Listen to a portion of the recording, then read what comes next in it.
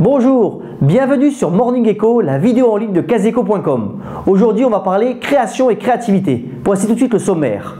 On parle création d'entreprise après la publication des chiffres par l'INSEE des créations d'entreprises au mois d'avril. On enchaînera ensuite sur Vivendi, une entreprise qui cherche à se recréer. Et enfin, on terminera avec l'application du jour, SoundCloud, comment créer votre musique et la distribuer sur le net. Morning Echo, c'est pour vous, c'est tout de suite. Jeudi 15 mai, l'INSEE a publié de nombreuses statistiques économiques. Notre institut a publié la croissance, nulle au premier trimestre, mais aussi le nombre de créations d'entreprises pour le mois d'avril 2014. Les créations d'entreprises sont au nombre de 46 000 sur ce seul mois, dont la moitié en auto-entrepreneurs. Il faut dire que les motivations sont nombreuses aujourd'hui pour créer son entreprise. On estime en effet que 2,4 millions de Français seraient prêts à franchir le pas d'ici à 2015.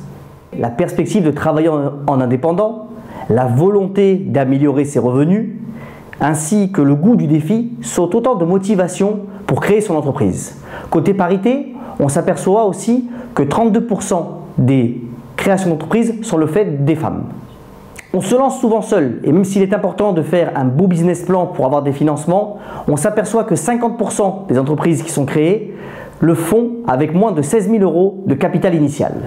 Côté secteur, le commerce, le transport, mais aussi tous les services associés aux entreprises, les fameux soutiens B2B, sont les secteurs les plus représentés pour les créations. Il est également essentiel de se rappeler le point suivant. Les PME, c'est 99,9% de nos entreprises en France, c'est 52% de nos salariés. C'est donc le poumon essentiel à toute notre économie. Créer, c'est aussi bon pour la santé, même si c'est difficile au quotidien. Et comme disait notre illustre Winston Churchill, le succès, c'est se promener d'échec en échec tout en restant motivé.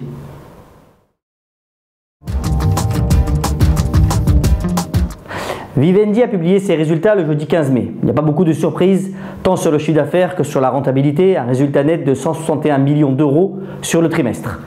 Maintenant, quid de Vivendi après la vente de SFR à Numéricable? Le groupe, qui a maintes fois cherché sa stratégie depuis les années 2000 et les folies de l'ère Messier, se cherche réellement une stratégie.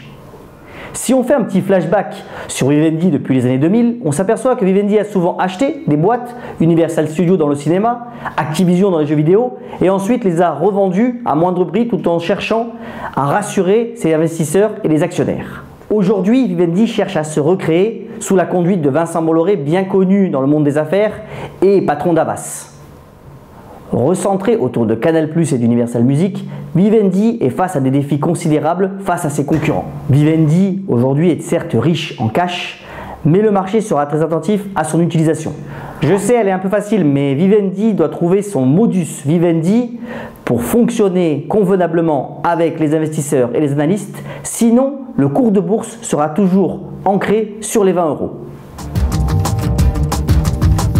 L'appli du jour, c'est encore de la création avec SoundCloud, créé en 2007 par deux ingénieurs venus du monde de la musique. Sur cette application, vous pouvez créer et publier votre musique sur n'importe quel support et aussi sur les réseaux sociaux comme Twitter ou Facebook.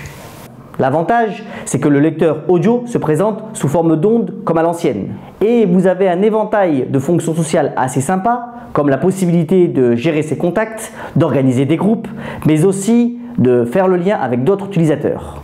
SoundCloud, qui revendique aujourd'hui 200 millions d'utilisateurs à travers le monde, est une application gratuite de base. Il y a aussi la version payante qui vous permet d'avoir plus de contacts, plus de stockage et d'avoir un suivi statistique efficace. Elle est enfin parfaite pour découvrir de nouveaux talents musicaux. Si vous avez l'âme musicale ou l'âme de création musicale, allez sur SoundCloud, vous ne serez pas déçus. Enfin, pour finir ce Morning Echo du lundi matin et en vous souhaitant une bonne semaine, je vous invite à méditer cette phrase de notre illustre Albert Einstein. Il disait « La logique vous amènera du point A au point B.